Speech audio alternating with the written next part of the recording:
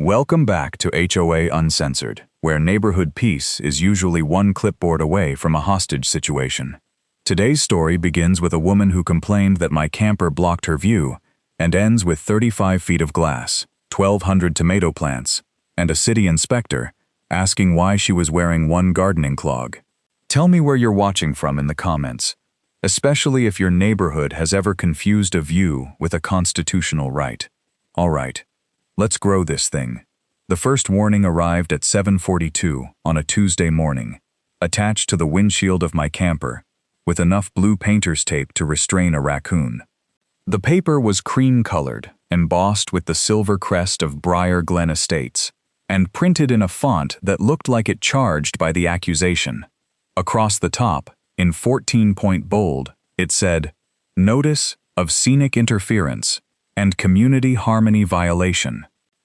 I read it while wearing pizza socks and holding coffee that had already gone cold, which is how I receive nearly all important legal information. The alleged instrument of community disharmony was my 22-foot 2018 Trail Finch camper, parked on the gravel pad beside my house at 18 Juniper Hook. It was clean, licensed, covered in pale gray, and positioned entirely behind the front plane of the house. The notice claimed it materially impaired a protected neighborhood vista enjoyed by the residents of 22 Juniper Hook. That meant my next-door neighbor, Dana Mercer. Dana's protected vista was my backyard. More specifically, it was the western edge of my backyard, the old cedar fence, and beyond that, a drainage pond the color of split pea soup. On warm afternoons, 3 ducks floated in it, with the grim concentration of men reviewing a bad quarterly report. It was not the Alps. It was barely water. I looked over the camper toward Dana's upstairs balcony. She was standing there in a coral robe, staring through binoculars. When she saw me notice her, she lowered them very slowly, like a submarine captain who had just been caught spying on a bird bath. I waved. She did not. The camper mattered to me, for reasons that had nothing to do with resale value. My wife, Elise, and I bought it 6 years earlier, after her first round of chemotherapy. We spent 23 weekends in it, visiting little state parks, sleeping under leaking skylights, and pretending instant oatmeal tasted better outdoors. Elise used to call it the Finch Hotel, although one of the cabinet doors opened whenever we turned left, and the shower was roughly the dimensions of a standing coffin. She died 2 years before Dana's notice arrived. I had not taken the camper anywhere since. I washed it every month, checked the seals, and kept Elise's ridiculous yellow camping mug in the cabinet above the sink. I knew I would travel again eventually. Grief is less like a straight road and more like a roundabout designed by somebody who hated signs. For work, I reviewed building plans for the city of Bellwether. Mostly I checked setbacks, drainage calculations, structural notes, and whether architects had accidentally designed staircases that ended in drywall. It was not glamorous, but it made me unusually calm around phrases like Section 8.4, Paragraph C. At 8:06, a golf cart rolled into my driveway. It was white, fitted with a flashing amber light, 2 cup holders, and a little magnetic sign reading Briar Glen Compliance Patrol. Dana Mercer drove it as if she were arriving to negotiate a ceasefire between nations. She wore a lime green floral tracksuit that looked like a botanical garden had exploded inside a luggage carousel. A gold HOA badge was pinned to her chest. It was not a real badge, but it had the confidence of one. On the passenger seat sat a clipboard. Dana was president of the Briar Glen Estates Homeowners Association, chair of the Architectural Harmony Committee, and founder of the neighborhood Facebook group called Briar Glen Facts Only, where opinions arrived wearing fake mustaches. "Mr. Nolan Pierce," she called, although she was 8 feet away. Her voice had the bright metallic quality of a spoon trapped in a garbage disposal. "I presume you received the board's courtesy notification, the one taped to my windshield?" Visible placement ensures receipt. So does mail. She stepped down and tucked the clipboard against her ribs like a field marshal protecting nuclear codes. Her shoes were white gardening clogs with tiny pink flamingos on them. Under Article 7, Section 7.3, Paragraph D, Recreational vehicles may not create an unreasonable visual obstruction from an adjacent owner's primary living area. Which primary living area? Dana blinked once. The Mercer residence. Which room? The upper sitting room. I looked at her balcony. That's your bedroom. It contains a chair. So does my garage. Her mouth tightened like a drawstring bag containing a lemon. The board has determined that your camper blocks a long-established scenic corridor. Where is that corridor recorded? It is observable. On a plat? In the declaration? In an easement? In reality, Mr. Pierce. I took a sip of cold coffee and immediately regretted being alive. The camper has been there for 4 years. The association approved the pad in writing. Prior approvals do not immunize continuing nuisances. She lifted the clipboard and read with the ceremonial gravity of a priest announcing that God had rejected a patio umbrella. You have 72 hours to remove the vehicle. After that, fines will accrue at $125 per day. Did the board vote on this? The board supports preserving property values. That wasn't my question. She smiled. It was the smile of someone who believed questions were a defect in other people. 72 hours. Then she climbed into the golf cart, reversed over one of her own orange marker cones, and dragged it halfway down Juniper Hook. The cone made a hollow scraping noise like a tuba being punished. I was worried. I didn't show it, but I was. The camper was worth $18,400. Storage outside Bellwether cost $219 a month, and the nearest secure lot had a 12-month waiting list. More than that, Dana's demand felt like someone had reached into a quiet part of my life and started rearranging the furniture. So I did what I always did when adults began inventing rules near me. I opened a spreadsheet. By noon, I had columns for date, time, allegation, governing document, response deadline, photographic evidence, and Dana's exact words. That final column became so wide it could have accommodated a Russian novel. The original declaration contained no scenic view protection. The camper provision only required recreational vehicles to sit behind the front wall of the home, on an approved surface, beneath a neutral cover. Mine satisfied all three. The alleged Article 7, Section 7.3, Paragraph D, did not exist. At 3:18 that afternoon, I emailed the board and asked for a copy of the vote, the inspection record, and the cited amendment. At 3:26, Dana replied, "Your adversarial tone has been noted." At 3:31, I added a column called Tone. The next morning, I found a second notice on the camper. This one assessed a $250 expedited compliance fee because I had supposedly failed to acknowledge the first notice. I had acknowledged it in writing 8 hours earlier, but Dana treated timestamps like decorative suggestions. On Thursday, she posted 3 photographs of my camper in Briar Glen fax only. One had been taken through a gap in my fence. The caption read, "One resident's refusal to cooperate is depriving neighbors of the natural beauty they purchased." The photograph showed my camper, 2 trash bins, and half of a duck. Comments arrived immediately. "What natural beauty?" asked Martin Keene from Willow Bend. "The pond," Dana replied. "The retention pond?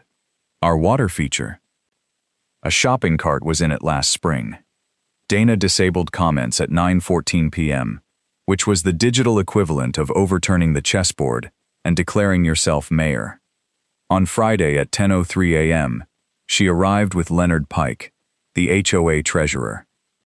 Leonard was a narrow man with beige trousers, ironed so sharply they could have sliced deli meat.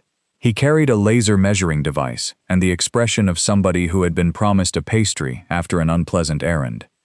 "We are conducting a sightline verification," Dana announced. "From my property?" I asked. "The relevant obstruction is located here. You don't have permission to enter." Dana's chin rose like an elevator with a broken stop button. Article 4, Section 4.9, authorizes inspection access. With 48 hours written notice, and during an emergency, Leonard lowered the laser measure. "Dana, you said he agreed. His membership in the association constitutes ongoing consent." "It does not," I said. Leonard looked from Dana to me, then back toward the golf cart. I'm going to wait by the muffins. Dana leaned closer. Her perfume reached me first, a lavender cloud as determined as a debt collector. You are making this unnecessarily difficult. I'm standing on my driveway. The board can impose sanctions for obstruction of official duties. Then send the rule. You think paperwork protects you. I glanced at her clipboard. That is an interesting criticism from your profession. Her face went rigid like a decorative pillow nobody was allowed to touch. She left, taking Leonard and the muffins. The following Monday, I received a certified letter demanding $875. Tuesday brought another for $1,025. Wednesday brought a pre-lien advisory from the HOA's management company, Morrow Residential Services. The phrase pre-lien appeared in red, apparently because black ink had failed to convey sufficient thunder. I called Morrow and spoke with a patient woman named Beth Alvarez. Mr. Pierce, Beth said, our file says your recreational vehicle extends 14 feet beyond an approved enclosure and blocks a protected lake view. It's a drainage pond. I saw the photo. Her voice dropped. I am being generous with the word lake.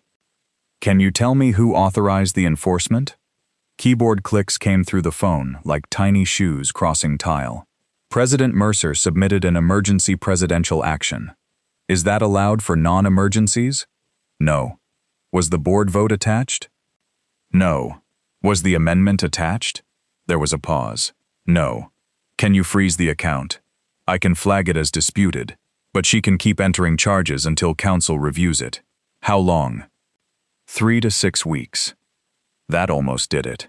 I stood in my kitchen holding Elise's yellow mug, looking at a demand for $1,125 based on a rule that did not exist, and felt anger rise through me like a loaf of bread somebody had accidentally taught to hate. I wanted to march to Dana's house and explain municipal hierarchy using volume and perhaps a whiteboard. Instead, I put the mug down, waited 10 minutes, and made fresh coffee. It went cold while I drafted a formal records request. The records arrived on a Friday evening in a 184-page PDF, apparently scanned through a sandwich bag. Buried on page 117 was Dana's proposed solution. She had written a new amendment called the Scenic Continuity and Vehicle Visibility Standard. The board had not approved it yet, but a special meeting was scheduled for Monday. The proposed language prohibited trailers, campers, motorhomes, boats, equipment, movable storage units, or other temporary objects exceeding 9 feet in height or 18 feet in length, where visible from a neighboring residential window. Then came the exemption. This restriction shall not apply to a lawfully permitted permanent accessory structure intended primarily for horticultural cultivation, provided said structure complies with all municipal codes and architectural standards applicable to accessory improvements. I read that sentence 4 times. Then I smiled for the first time in 3 weeks. Dana had added the exemption because she owned a 12-by-6 greenhouse beside her garage. It was a little plastic-paneled thing where she grew orchids and stored 3 broken folding chairs. She wanted my camper gone, but she did not want her greenhouse touched. In solving one imaginary problem, she had written me a door, 35 feet long. I attended the Monday meeting at the Briar Glen Clubhouse. Dana sat behind a folding table wearing a navy blazer with pearl buttons large enough to receive weather signals. Her clipboard rested beside a wooden gavel. Nobody knew why she had a gavel. Our bylaws did not mention one. I suspected she bought it herself and practiced with it while dinner cooled. 27 homeowners sat in plastic chairs. Leonard Pike guarded a tray of oatmeal cookies, as if the association's reserves were baked into them. Dana read the amendment aloud, including the horticultural exemption. Is this language final? I asked. She looked delighted that I had spoken. It has been reviewed by the committee, and if adopted, it replaces all previous camper visibility standards? It strengthens them. Does it apply equally to every property? Of course. Her response came out smooth and rehearsed, like a flight attendant explaining how to buckle a seatbelt before throwing someone from the plane. Uniform enforcement is the foundation of community trust, and permitted horticultural structures are exempt. They are not recreational vehicles, Mr. Pierce. Try to keep up. I'm doing my best. Martin Keene raised his hand. Can we vote now? My sitter charges by the hour. The amendment passed 4 board votes to 1. Leonard abstained because Dana had apparently told him abstaining meant support without procedural exposure, a phrase that made our retired accountant cough into his cookie. The next morning, I moved my camper to Bellwether Secure Storage. I paid $219 for the first month and $38 for a replacement lock because the old one had fused itself into a small metal fossil. At 8:15, Dana appeared on her balcony. At 8:17, she photographed the empty gravel pad. At 8:21, she posted, "Compliance achieved. This is what firm, consistent leadership looks like." That post received 43 likes, mostly from people who believed she was talking about somebody else. I saved a screenshot. At 9 o'clock, I called Salvatore Moretti. Sal owned Moretti Glass and Garden Structures, a family business operating from a converted feed store on the edge of Bellwether. I knew him from city permit meetings. Sal was shaped like a vending machine that had developed opinions about roof loads. His white mustache spread across his face like 2 exhausted caterpillars trying to escape in opposite directions.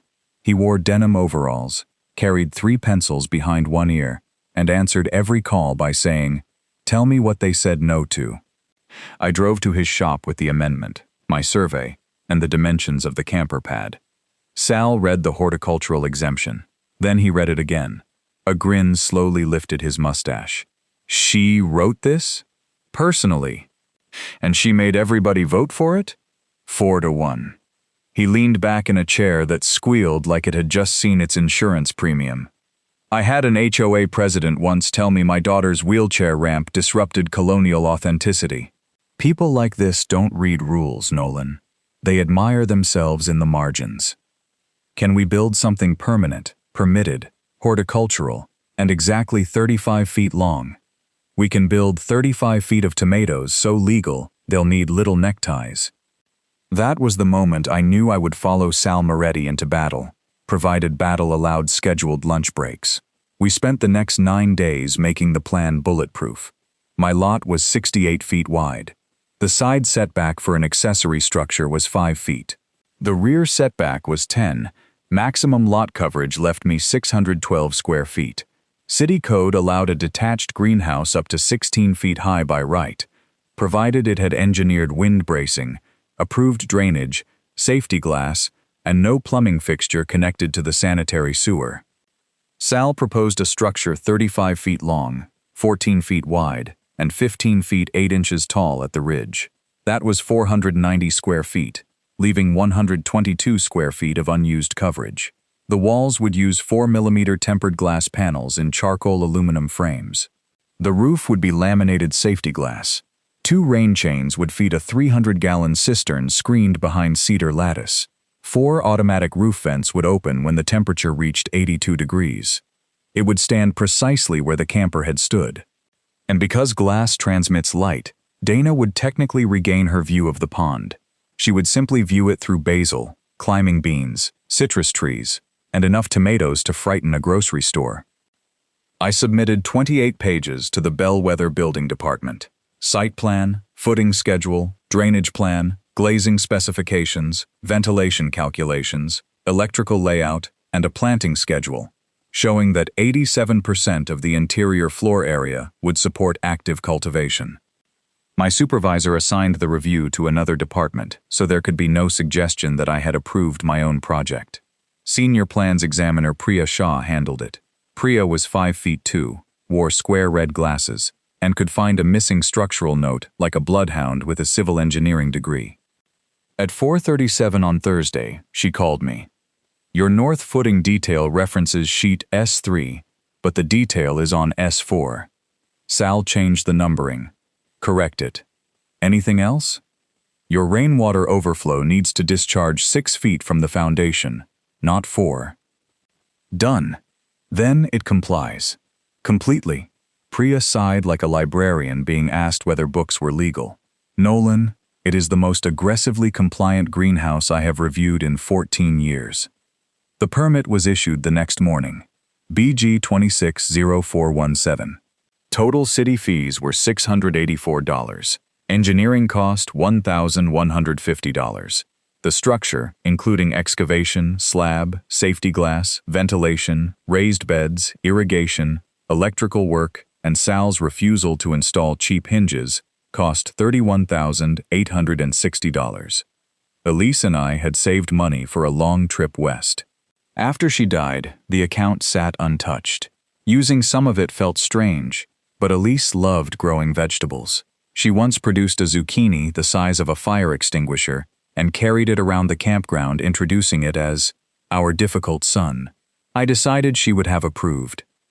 Before ordering materials, I submitted the project to the Architectural Harmony Committee by certified mail and email. The new amendment required compliance with architectural standards applicable to accessory improvements, but it did not require discretionary pre-approval for a city-permitted horticultural structure. Still, I gave them everything: drawings, colors, setbacks, glass samples, foundation details, permit number, construction schedule, contractor license, and a note saying work would begin in 14 days unless the committee identified a specific conflict with the adopted standard. Dana replied 11 minutes later. Request denied. No oversized commercial structure will be erected in Briar Glen. I wrote back, please identify the controlling provision. She replied, common sense. I added it to the spreadsheet. The HOA's attorney, Malcolm Voss, emailed the following day. He said the amendment exempted permitted horticultural structures and asked whether the committee had a written size limitation. Dana sent a group reply. The president retains inherent interpretive authority in unforeseen circumstances. Malcolm responded, no, she does not. Dana removed him from the email chain. 14 days passed. At 6:58 on a Monday morning, the first truck turned onto Juniper Hook carrying 12 concrete forms, a compact excavator, and Sal Moretti, who stood on the running board holding a travel mug as if leading a parade nobody had permitted Dana to cancel. At 7:03, a second truck arrived with aluminum frame sections bundled like enormous black drinking straws. At 7:11, a flatbed backed into my driveway, carrying 56 tempered glass panels.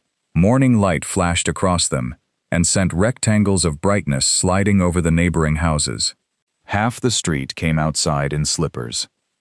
I posted the city permit at the property line. Beside it, Sal placed a sign reading, Moretti Glass and Garden Structures. We make your neighbors green. Is that your real slogan? I asked. It is today. At 7:19, Dana's balcony door opened. She emerged in a lavender nightgown, stared at the flatbed, disappeared, and returned 30 seconds later, wearing the navy blazer over the nightgown.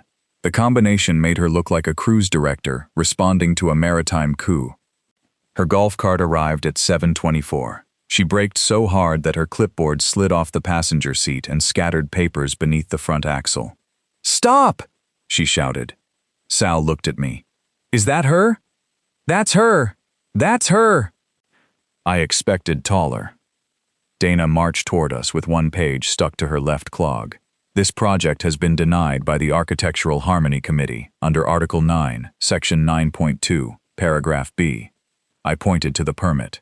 This is a lawfully permitted permanent accessory structure intended primarily for horticultural cultivation. It is a greenhouse. Excellent start. It is 35 feet long. Exactly. That is nearly twice the length of your camper. The camper was 22 feet. She flapped her arms with the frantic authority of a crossing guard directing geese. Then it is substantially worse. Your amendment exempts it. My exemption was intended for ordinary greenhouses. Sal held up the stamped plan. Ma'am, ordinary is not a measurement. Who are you? The man with the license, the insurance, and the hinges you can't afford. I nearly applauded. Dana turned back to me. If you proceed, the board will fine you $500 per day and seek immediate injunctive relief. You should speak to Malcolm Voss first. I do not take legal instructions from residents. He's your lawyer. Her nostrils narrowed. This conversation is over. Then please leave the work zone. She did, but only after taking 42 photographs, including 6 of the same orange extension cord. Construction lasted 13 days. The crew excavated 12 pier footings 30 inches deep, set steel anchors, poured a frost-protected slab perimeter, and installed a central gravel aisle. The charcoal frame rose in sections until it resembled the skeleton of an extremely elegant whale. Then the glass went in, panel by panel, transforming the structure into a bright, transparent corridor that caught the afternoon sun like a jewel box designed by a farmer.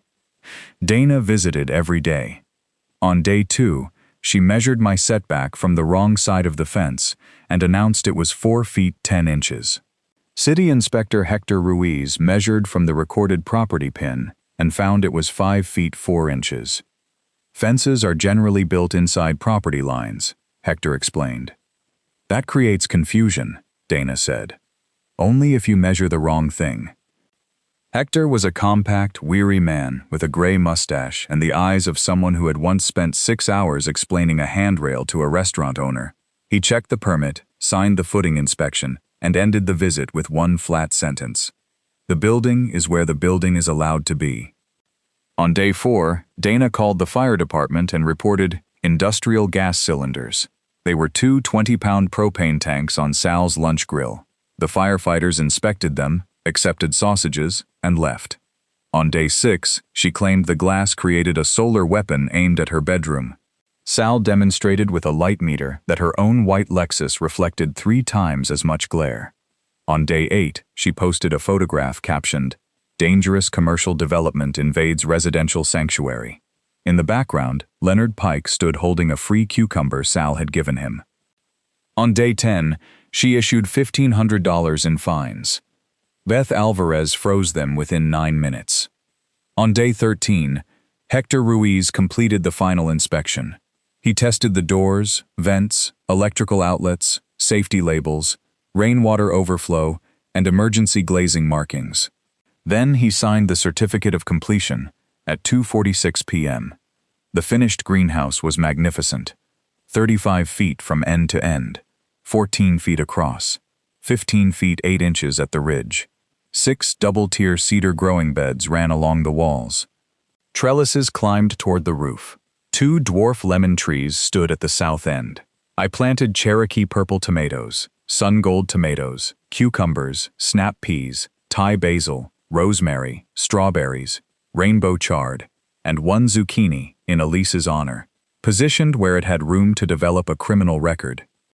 At night, warm white horticultural lights glowed beneath shielded shades from 6 o'clock until 8:30 within the city's dark sky ordinance. Through the glass, the plants cast soft green shadows. It looked less like revenge than a tiny botanical chapel. Neighbors began stopping by. Martin Keene brought his 6-year-old daughter, Sophie, who named both lemon trees Kevin. Retired teacher June Bell donated seed packets. Leonard Pike arrived after sunset with a bag of compost and whispered, "I voted wrong," like a man confessing to denting the moon. I told him to take some basil. Dana did not take basil. She scheduled an emergency HOA hearing for Saturday at 10 a.m. directly across from my driveway. Her notice alleged 6 violations: excessive scale, non-conforming reflectivity, commercial appearance, unauthorized agricultural intensity, impairment of scenic continuity, and use of horticulture as an instrument of harassment. That last phrase was almost worth the $31,860 by itself. 53 homeowners came. Dana arranged folding chairs in the street-facing clubhouse lot and set up a portable lectern. She wore a white pantsuit with padded shoulders that made her look like a refrigerator running for Congress. Her amber light golf cart was parked behind her, like an official motorcade for a nation the size of a cul-de-sac. I brought my permit binder, my spreadsheet, and fresh coffee. It remained hot for nearly 12 minutes, a personal record. Malcolm Voss attended by video call on a tablet propped against a flower pot. Beth Alvarez sat in the front row. Hector Ruiz came, because Dana had filed a formal complaint against his inspection. Officer Graham Bell of the Bellwether Police Department parked nearby after Dana requested security against an increasingly hostile resident. Officer Bell looked about 50, moved like every joint had submitted a resignation letter, and carried the expression of a man who had been called away from a perfectly adequate sandwich. Dana struck the gavel 3 times. "This emergency proceeding will come to order." Martin raised his hand. "We're outside. Order applies everywhere." She spoke for 22 minutes. She cited Article 9, Section 9.2, Paragraph B, Article 7, Section 7.3, Paragraph D, the inherent aesthetic authority of the presidency, and a bellwether ordinance that governed greenhouses larger than 1,000 square feet. Mine was 490. Her voice rose and fell like a car alarm, trying to perform opera. Finally, she pointed at me. "Mr. Pierce has exploited a narrow technicality to erect a 35-foot transparent monstrosity for the express purpose of retaliating against lawful enforcement." "Did he comply with the amendment?" Beth asked. "He violated its spirit." "Did he comply with its text?" "The President determines interpretive intent." From the tablet, Malcolm Voss said, "No, the President does not." Dana rotated the tablet face down. Malcolm's muffled voice continued from the table. "Dana, do not enter his property." She struck the gavel. "Council is experiencing technical problems." I opened my binder. "The structure has a valid permit, a certificate of completion, compliant setbacks, approved drainage, compliant lighting, safety glazing, and active horticultural use. Your own amendment specifically exempts it. Your so-called horticultural use has never been verified by the association. I sent 84 photographs. Photographs can be staged. The tomatoes are committed actors." A laugh moved through the chairs. Dana's expression sharpened like she had discovered humor was another violation. "Under Article 4, Section 4.9, the association retains a right of inspection. I will verify the interior now." "No," I said. The crowd went quiet. I continued. "That section allows entry after 48 hours. Written notice to inspect an alleged condition that threatens common property, or immediate entry during an active emergency. Neither applies. You do not have permission. Refusal confirms concealment. It confirms refusal." Hector stood. "Ms. Mercer, I inspected the interior yesterday. It is a greenhouse. You are not the association." Officer Bell spoke without moving from beside his cruiser. "Ma'am, don't enter the property." Dana lifted her clipboard. "The governing documents authorize me." Malcolm's voice came faintly from beneath the flower pot. "They do not." I held up both hands.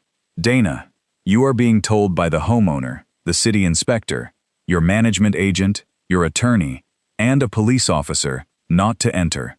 Please don't." For one brief second, I thought the sheer weight of reality might hold. Then Dana Mercer turned toward my driveway and said, loudly enough for every phone recording, "I am the highest authority present on association matters." She walked across the street. Officer Bell followed. So did Hector. So did Beth. The homeowners rose from their folding chairs and trailed behind in a loose procession, like a jury had decided to visit the crime scene before lunch. Dana reached the yellow rope marking the edge of the permitted work and cultivation area. A sign read, "Private property. No entry without owner permission." She unhooked it. "Do not cross that line," Officer Bell said. "I am performing an inspection. You are about to perform trespassing." She crossed.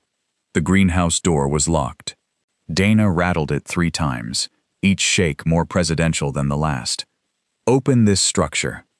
"No." She marched around the side, looking for another entrance. The automatic roof vents chose that moment to open. 4 actuator arms extended with a synchronized hum. Dana jumped backward, as if the greenhouse had raised its eyebrows at her. Her right clog landed on the cedar border of the pollinator bed. The border rolled under her foot. She windmilled both arms, caught herself against the rainwater cistern, and lost the clog entirely. It flew through the air and landed in a tub of damp coconut coir with a soft, judgmental plop. Nobody moved. Dana stood on one foot, white pantsuit immaculate above one bare ankle, gripping her clipboard against her chest. Her face passed through disbelief, anger, calculation, and spiritual betrayal in under 3 seconds. "That is a hazardous condition!" she shouted. Hector looked at the cedar border. "That is edging! It attacked my shoe! Edging is stationary." Officer Bell rubbed his forehead. "Ma'am, the garden did not steal your clog." Martin Keene made a noise like a balloon trying not to laugh. Dana stepped onto the gravel aisle in one shoe and lunged for the side service door. It was locked too. She tugged so hard that her clipboard slipped, struck the rain chain, and flipped open. Papers burst across the pollinator bed like startled white pigeons. Beth bent to collect one. "Dana," she said slowly, "what is this?" Dana froze. Beth held up a printed email. Across the top, in Dana's own words, it read, "Draft the exemption broadly so my greenhouse can never be challenged. We can interpret it narrowly for everyone else." The crowd became absolutely still. Leonard Pike picked up another page. "This says you directed Morrow to enter fines before the board vote." June Bell found a third. "And this says, once the camper is gone, I intend to market my upstairs view as a premium feature." Dana lunged for the pages, forgetting she wore only one clog. Her bare foot hit the damp edge of the coconut coir tub. She sat down abruptly in a bag of potting mix. It was not a violent fall. It was the slow, padded collapse of a person being seated by her own paperwork. Soil puffed around her white pantsuit like a tiny brown weather system. Her clipboard landed across her lap. The remaining pages drifted down over her shoulders, including her hand-drawn sightline diagram, an unsigned fine schedule, and a printout titled, "Possible Talking Points if Police Resist." Officer Bell stared at that page for a long moment. "I'm going to need that," he said. Dana looked up from the potting mix. "These are privileged executive documents." Malcolm Voss was still audible from the tablet across the street. Someone had turned up the volume. "They are not privileged," he called. "And I resign as association counsel effective immediately." Dana pushed herself upright, now decorated with soil from hip to shoulder like a cake that had rolled under a refrigerator. "This gathering has become disorderly. Officer, remove Mr. Pierce." Officer Bell looked at me. I was standing on my own driveway holding a valid permit and the same cold cup of coffee I had started with. Then he looked at Dana, one shoe missing, trespassing after 5 warnings, surrounded by documents she had carried onto my property herself. "No," he said. "I called you." "You did." "Then enforce the governing documents." "I enforce city and state law. I am the HOA president." Officer Bell took the clipboard from her and handed her a written trespass warning. His voice was as flat as a parking lot in August. Today, that appears to be the problem. The emergency hearing ended without Dana striking the gavel, mostly because Martin Keene picked it up and would not give it back until someone promised never to use it outdoors again. The consequences arrived faster than the original records request. On Monday, Morrow Residential Services suspended enforcement activity and notified all 164 homeowners that charges entered under Dana's emergency presidential action were under review. By Wednesday, they had voided $8,750 in fines against me and refunded $3,425 collected from 7 other residents for unrelated scenic continuity violations. On Thursday, the association's insurer sent a reservation of rights letter. Dana's knowing use of an unapproved rule, her unauthorized entry, and her written plan to apply the greenhouse exemption selectively fell outside the policy's coverage for good faith board decisions. That phrase, good faith, landed on her presidency like a piano dropped from a polite height. Leonard Pike called a recall meeting for August 18th at 6:30 p.m.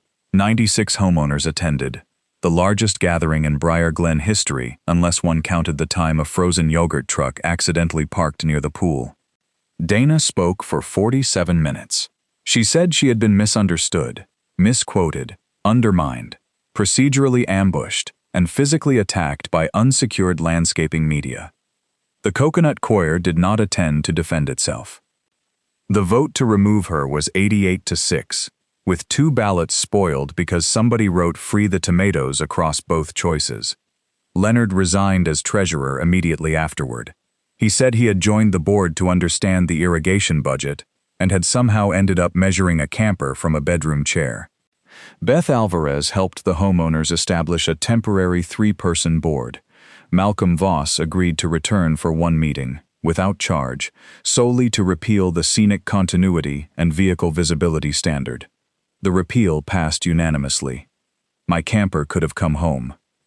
I left it in storage through the fall, because the greenhouse now occupied the pad, and because, for the first time in 2 years, I had made travel plans. In October, I drove the Finch Hotel west for 11 days. I brought Elise's yellow mug. The cabinet door still opened on left turns.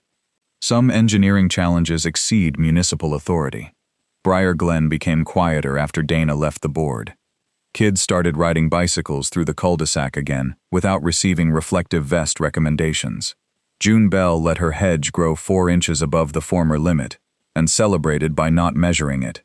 Martin built Sophie a crooked little free library box painted purple. Nobody filed a complaint, although it leaned slightly east like it was listening for gossip. The greenhouse became a neighborhood project. Every Wednesday, I left baskets of tomatoes and herbs on a table by the sidewalk. Sal Moretti installed a small brass plaque over the door that read, "Elise's Garden." He pretended the plaque had been left over from another job, despite the fact that my wife's name was engraved on it. By September, the Sungold tomatoes had reached the rafters. Sophie Keene harvested the first lemon from Kevin No. 2. Leonard brought oatmeal cookies and, after looking around to make sure nobody could hear, admitted Dana's clubhouse cookies had always come from a gas station. The new HOA president was Priya Shah's retired uncle, Daniel Shah, a soft-spoken man who owned 3 cardigans and considered meetings longer than 20 minutes a design failure. At his first gathering, he stood without a lectern, looked around the room and said, "Keep your property safe, keep it reasonably tidy, and try not to make your neighbors miserable, yeah?" That was his entire inaugural address. Dana put her house on the market 6 weeks after the recall. The listing described the upstairs bedroom as offering serene panoramic water views. The photographer had to stand in the bathtub and use a wide-angle lens to get the pond into frame. The greenhouse appeared in every shot, gleaming beyond the cedar fence with the composure of a witness who had already testified. She sold for $27,000 below asking and moved to a downtown condominium called the Meridian, where the windows faced a parking garage and the association prohibited private clipboards in common areas. Her missing flamingo clog remained in the Coconut Choir for 3 days. I washed it and mailed it back with tracking, because unlike Dana, I respected proper notice. As for her view, she had been right about one thing. The camper blocked it. The greenhouse didn't. She could see every tomato. If your neighbor wrote a rule to protect herself and handed you the perfect loophole, what would you build? Drop your answer in the comments, like the video, and subscribe to HOA Uncensored for more suburban authority, grown entirely out of control.